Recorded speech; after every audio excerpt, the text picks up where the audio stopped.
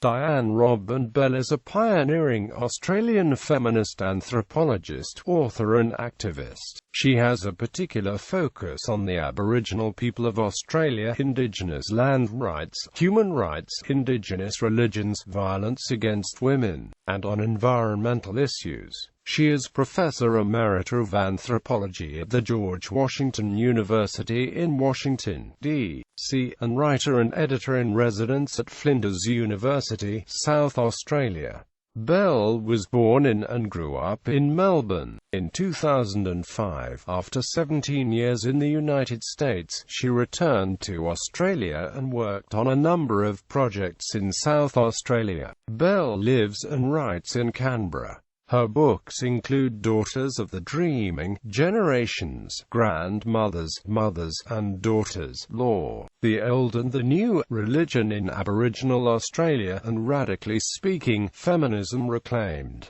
Narindheri Waruwaran, A World That Is, Was, and Will Be won the NSW Premier's Literary Award and was shortlisted for the Age Book of the Year Award, the Queensland Premier's History Award and the Australian Literary Society Gold Medallion. Evil, a novel, was made into a play and performed in DC in Adelaide.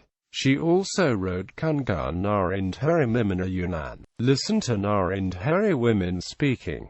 Work life as a teacher, researcher, consultant, writer and editor. Bell trained as a primary teacher in the 1960s in Victoria, Australia. She returned to study in the 1970s but first had to complete high school, which she did by attending night school at Box Hill High School, Victoria. Bell continued on to university and received her BA in anthropology at Monash University in 1975, and a PhD from Australian National University in 1981, which was based on fieldwork with Aboriginal women in Central Australia. During the 1980s, Bell held a range of positions in Australia. She worked for the Northern Territory Aboriginal Sacred Sites Protection Authority in the early 1980s, before establishing her own anthropological consultancy in Canberra. She consulted for the Central Land Council, the Northern Land Council, Aboriginal Legal Aid Services, the Australian Law Reform Commission, and the Aboriginal Land Commissioner. She subsequently held academic posts, first as a research fellow at the ANU, and then as the chair of Australian Studies at Deakin University in Geelong, where she was the first female professor on staff. In 1989, Bell moved to the United States to take up the chair of Religion, Economic Development and Social Justice endowed by the Henry R. Luce Foundation at the College of the Holy Cross in Worcester, Massachusetts. In 1999, she moved to Washington, D.C., where she was Director of Women's Studies and Professor of Anthropology at the George Washington University, as the recipient of a fellowship in 2003-4 awarded by the peak educational body, the American Council on Education. Bell also worked closely with the senior administration of Virginia Tech as they revised the curriculum. Bell served on the Board of Trustees for Hampshire College for 8 years.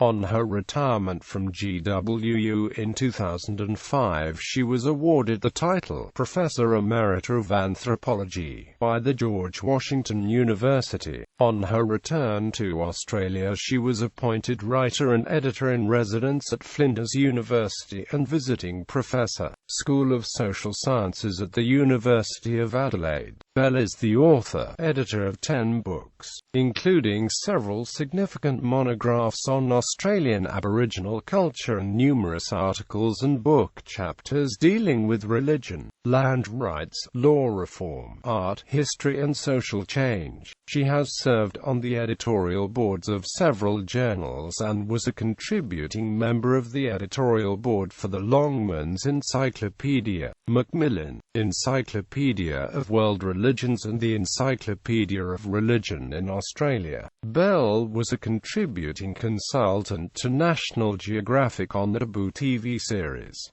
changing the face of Australian anthropology. Bell's first full-length anthropological monograph, Daughters of the Dreaming, was groundbreaking scholarship. Her explicit focus on the religious, spiritual and ceremonial lives of Aboriginal women in Central Australia was not without controversy, but her rich ethnographic material had an indelible mark on Australian anthropology and beyond. The book has been in continuous print since its first publication in 1983 and subsequent editions in 1993 and 2002 engage with the debates the work stimulated. It is now well-established practice to have women's councils as part of the decision-making and consultative structures in Aboriginal affairs. Through her research and in giving expert evidence, Bell has been able to demonstrate that Aboriginal women are owners and managers of land in their own right. Bell worked on some 10 land claims for the Central Land Council, the Northern Land Council and the then Aboriginal Land Commissioner, Mr. Justice Tui. In 1986, Melbourne publishers McPhee Gribble, with Bell as author, won the competitive tender from the Australian Bicentennial Authority to write a book about women in Australia for the 1988 bicentenary. The book, Generations,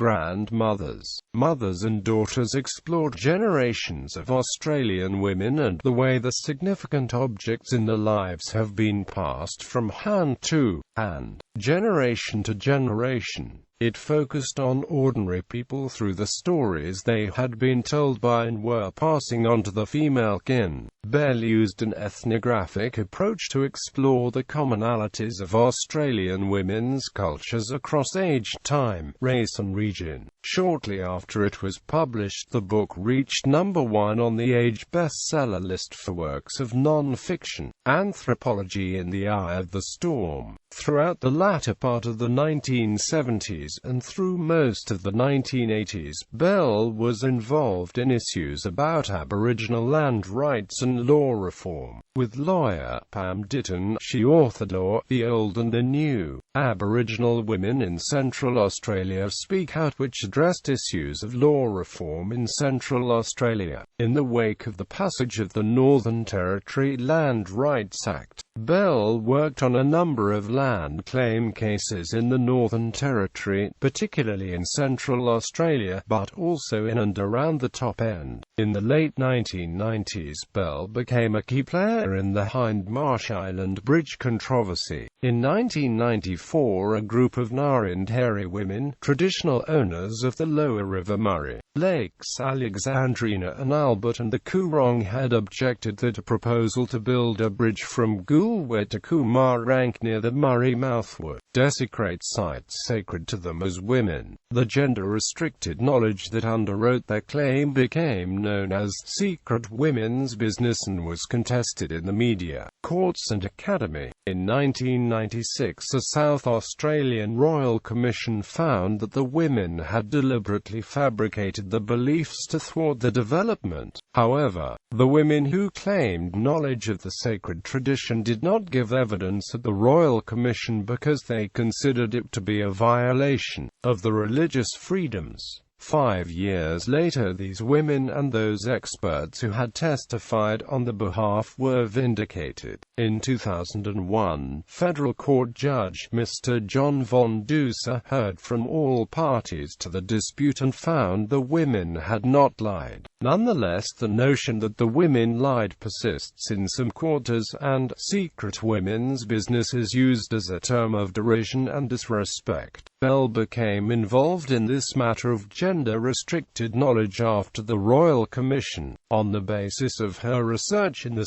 archives and fieldwork with the women in 1996-8. Bell was convinced there was sufficient evidence to support the women's claims that there was gender-restricted knowledge in Ngarrindjeri society, and that the women had told the truth. Bell's subsequent monograph Ngarrindjeri Warruwarran won the NSW Premier's Glee Book Award for Cultural and Literary Criticism in 1999. The judges wrote an erudite, capacious book on the politically contentious and culturally sensitive subject of the Hindmarsh Island Bridge affair, in which the author allows diverse voices to be heard and refuses to simplify an inherently complicated and pressing set of issues. This is an outstanding book of cultural criticism, which brings together feminist anthropology, oral and archival history, political and legal narrative. The book was also shortlisted for the Age Book of the Year and the Queensland Premier's History Award in 1999 and the Gold Medal of the Australian Literary Society in 2000. Narrindjeri Waru Warren is often cited as an important example of alternate ethnographic prose. Bell's most recent writing with Narrindjeri women, Kunga Narrindjeri Mimina Yunan, is a further contribution to collaborative research in writing and documents the impact of the contesting of cultural knowledge on the Narrindjeri. Bell continued to work with the Narrindjeri and from 2005 to 2012 lives on the traditional lands as she researched and wrote the Connection Report for the native title claim. Creative writing. Bell has also delved into the writing of fiction and plays. Her first book, titled Evil, addresses secrets within the churches and is set on the campus of an American college. Performed as a play adapted by Leslie Jacobson for the From Page to Stage season on New Plays at the Kennedy Center, Washington, D.C., USA, the 3rd of September 2006, and presented as a staged reading in Adelaide, the 16th of May 2008. Her play, Weaving in Whispers, was performed at the Tarawara Museum of Art's Biennial in 2014. Her short story, Flinders, appeared in Island Magazine 2010. Politics. Bell ran as an independent candidate in the 2008 Mayo by-election, caused by the resignation of former Foreign Minister and Liberal leader Alexander Downer. Her campaign was called Vote for Diane, was supported by campaign website. South Australian Independent Senator Nick Xenophon gave support to Bell's campaign. In a field of 11 candidates and the absence of a Labour candidate, Bell finished third on a 16.3% primary vote, behind the Greens on 21.4% and the Liberals on 41.3%. The seat became marginal for the Liberals on a 53.02 candidate vote. River advocate. Bell campaigned for fresh water flows for the River Murray, Lakes Alexandrina and Albert and the Coorong. In 2007, she was a co-founder of the Stop Thuia website and worked with the River, Lakes and Coorong Action Group Inc. to stop the construction of a weir across the River Murray at Pomandra Island. She administered the Hurry Save the Murray website and has been a frequent speaker and commentator on environmental matters online, in the media and in preparing submissions and giving evidence to various environmental inquiries. Works as author Evil, a novel, Spinif Express, Melbourne, 2005. Narrindjeri Waru Warren, A World That Is, Was, and Will Be, Spinif Express, Melbourne, 1998. Generations, Grandmothers, Mothers and Daughters, Melbourne, Penguin, 1987. Daughters of the Dreaming, First ed., Melbourne, McPhee Gribble, Sydney, Allen and Unwin, 1983. Law, The Old and the New Aboriginal History, Canberra, 1980. As editor Kunga Narrindjeri Mimina Yunan. Listen to Narrindjeri Women Speaking, Melbourne, Spinif Express, 2008. All about water, all about the river. Radically Speaking, Feminism Reclaimed, Spinif Express, Melbourne, 1996. Gendered Fields, Women, Men and Ethnography, Rutledge, London, 1993.